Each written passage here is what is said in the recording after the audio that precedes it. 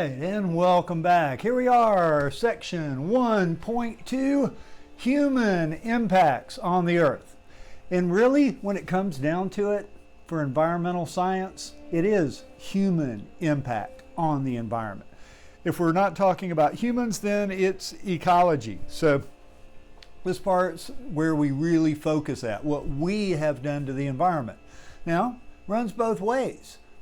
First, we start with some good news. There are a lot of good aspects that humans have done with our environment. For one, people have a much better quality of life currently than we did, say in the 1950s or the 1800s or the 1500s, etc. We've developed a lot of useful materials and products like cell phones, computers, some entertainment, music, the cotton gin, steam engines, electricity, the list goes on and on and on. Because of these, our lifespans have increased. Humans tend to live longer, have better quality of life.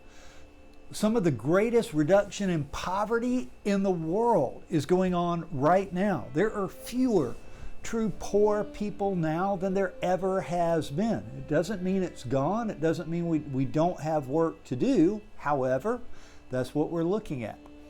The food supply is more abundant and it's safer than it ever has been. Exposure to toxic chemicals is much more avoidable. We tend to know what they are. We don't use them as much. We've done a lot of processing to keep toxic chemicals out of most people's hand. We don't have babies dying from lead poisoning from chewing on the paint. We've gotten rid of it. Hatters aren't going mad because they're using mercury to make the felt. Come up with a lot of different processes. And also, we've done a lot to protect some of our endangered species and ecosystems out there. A lot of our wetlands, etc., we've taken to restore them. We've cleaned up lands, cleaned up rivers, lakes, etc. So there's a lot of good that humans have had on our environment. These are the good things, what we want to capitalize on. I would say, however, there are some bad things we've done. For instance, just a lot of the degrading of our environment, or as the book puts it, environmental degradation. We've wasted, depleted, and degraded a lot of that natural capital that we talked about. We don't have as much natural capital as we once had. And if we keep using it faster than it can come back, we're in trouble. The reality is human activities directly affect about 83% of the land surfaces. Kind of like when I was in the very intro one and playing around, I only offer the truth. It's the best I'm going to do, guys. I'm going to try to tell you the truth about what the facts are, and we're going to have to come up with decisions what to do based on the facts. So we do affect 83% of the land surface. And that's urban development, where we put houses, factories, cars, stores, our crop energy production, where we're putting in everything that we use to eat and live, etc. Mining, timber cutting, everything. We affect most of the surface of the planet at this point. And unfortunately, species are becoming extinct right now at about 100 times faster than in pre-human times. This is based off of fossil records and evidence and tracking of everything that we know at this point. So species are disappearing off the planet at an alarming rate. Many of them are microscopic or very small. However, it is still something that's occurring. The white rhino, the last male white rhino died last year. So that species is all but extinct. Once the females die, that's it. They're gone. So we're living unsustainable. And the picture I'm throwing up back here, it's looking at some of this natural capital degradation.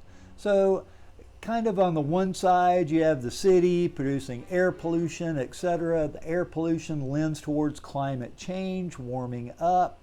We're taking down the trees close to the city. We take out the trees. This leads to soil erosion. The taking out the trees, the forests shrink. The wildlife can't live there, so biodiversity is going down. We wind up with some extinctions. Animals that only lived in that area don't have a habitat, and they don't exist anymore. We're pumping water up out of the aquifer and depleting the resources, once again tapping into that natural capital. If we're taking it out faster than it can resupply. Declining in our ocean fisheries, we're taking more fish than can resupply themselves, and just water pollution. So these are some of the factors that we know are going on. The question is, what are we going to do about it? The next picture I'm throwing up back here kind of shows the planet. But no, that's not like color-coded by type of land. That's color-coded by our footprint, how much resources we're taking. Basically, green is good, yellow is caution, and red is danger. So you can see the areas where we are taking more. The footprint is larger than the natural capital or the natural resources can resupply. Just another way to look at the data. Now, one of the things that we're going to talk about comes up that we discuss in environmental science is the tragedy of the commons. This was written by Hardin back in somewhere in the 40s, or I know he died I think in the 60s, but somewhere back in the early 20th century, talking about these open access resources, something that's available to all of us. And he refers to when something is available to all of us, whether it's the atmosphere, the ocean, a park, you name it, well, we tend to exploit it to a point of degradation. Let me take Buchholz, for instance. You walk around Buchholz and I see gum wrappers on the floor. I see gum on the floor. I see chip bags tossed and discarded. I go in the bathrooms. I see graffiti, things written on the wall. But I can almost guarantee if I went into the home of anybody who wrote on the bathroom wall, threw the trash, it's not going to be like that in their house. Why? Buchholz is a commons. It's not mine, it's everybody's and somebody else's responsibility. And if I just do this one thing, it's not a big deal. But you do that one thing, and he does that one thing, and she does that one thing, and I do that one thing, and all of a sudden, yeah, it's a big deal. Tragedy of the commons. We have a common grazing area. So I put my cows on it, and it's in my benefit to put as many cows as I can. And it's in your benefit, put as many cows as you can. And soon enough, that entire pasture area is no good. Cows have eaten all the grass because we put too many out there. If I have my own pasture, I don't tend to do that. If I have my own pasture, I tend to manage the cows. If they start to eat too much, I move them somewhere else so this area can regrow. But anyway, tragedy of the common. It is a cumulative effect of too many people exploiting some kind of shared resource, whether it's our air, the ocean, a field, our school, and it can degrade it or even exhaust it or ruin it to the point that it's no good for anybody. The solution to the tragedy of the commons? Well, we need to use resources that we have at a rate well below their yield. We need to do things at a rate that they can return, that nutrient cycling happens at a natural rate. How do we do it? Well, we have to have some kind of mutual agreement, if you will. We all agree not to throw trash on the ground, to put it in the bins. We agree not to write on the walls. Or we have to assess some kind of regulation, rules, laws, that if you break it, you get punished.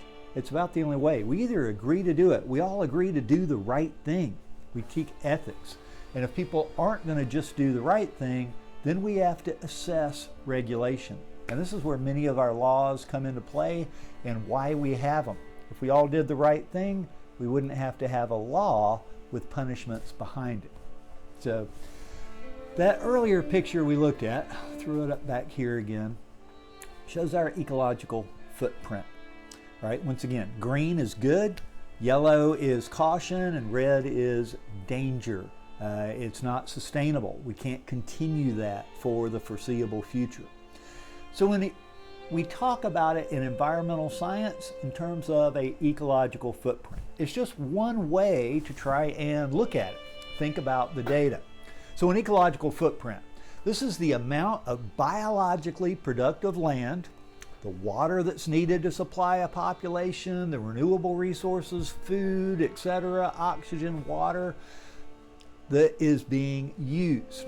Now, we need to talk about biocapacity. This is the ability of an area's ecosystem to generate the renewable resources. So, a forest is going to naturally drop seeds and regrow trees. The forest will grow. One tree dies, another comes up in its place. Well, if we go into the forest and we cut down some trees, they'll regrow and come back up. This is staying within the biocapacity. But if I take out more trees every year than will grow and replace at the rate I'm taking trees out, well, my ecological footprint is getting bigger and I'm exceeding the biocapacity of the area.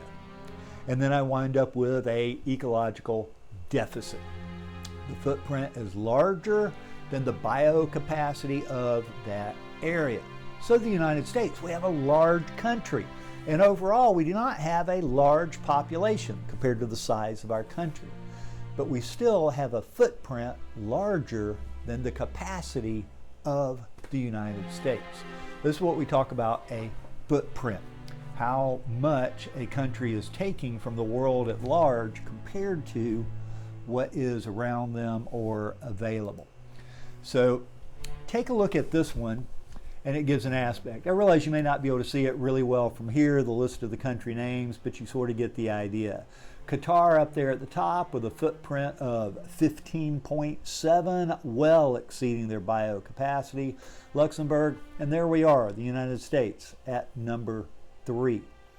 Canada right behind us, Denmark, Australia, etc. Going down and it's yellow down here.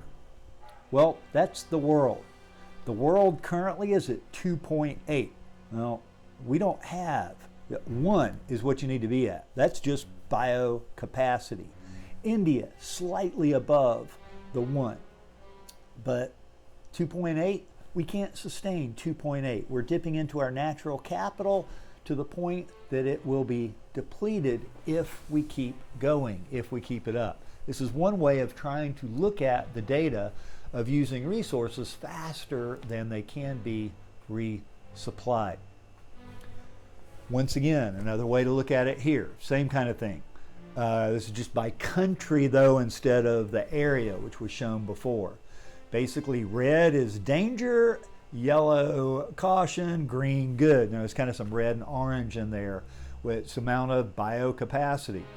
The United States, most of Europe, India, China, well, we're in a deficit. We're using more capital than can be replaced. Large amounts of South America, Canada, Russia, Australia, pretty good. Not into those supplies. So as a world, we tie into all of it, but this is just kind of how it looks for a country, if you will. Another environmental impact model, so that's footprint, and that's one that we will talk about.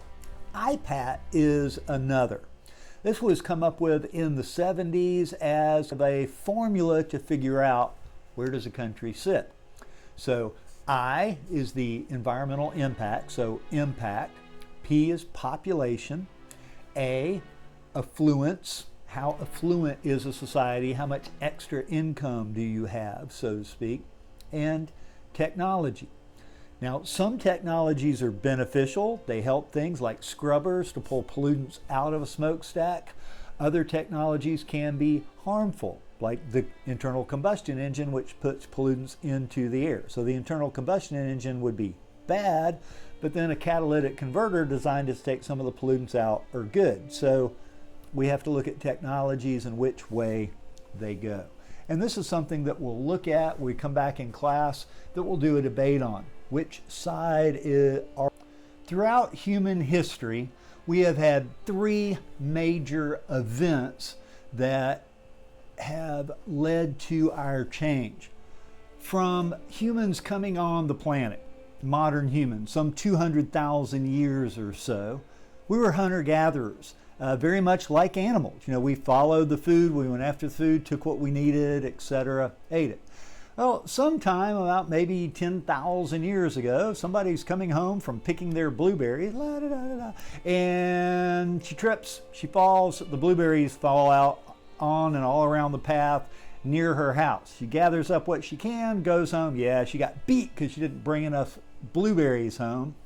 But lo and behold, next year on her way out, she's found blueberry plants right where she dropped them. And the agricultural revolution is born, if you will. It didn't start in just one place, but all over.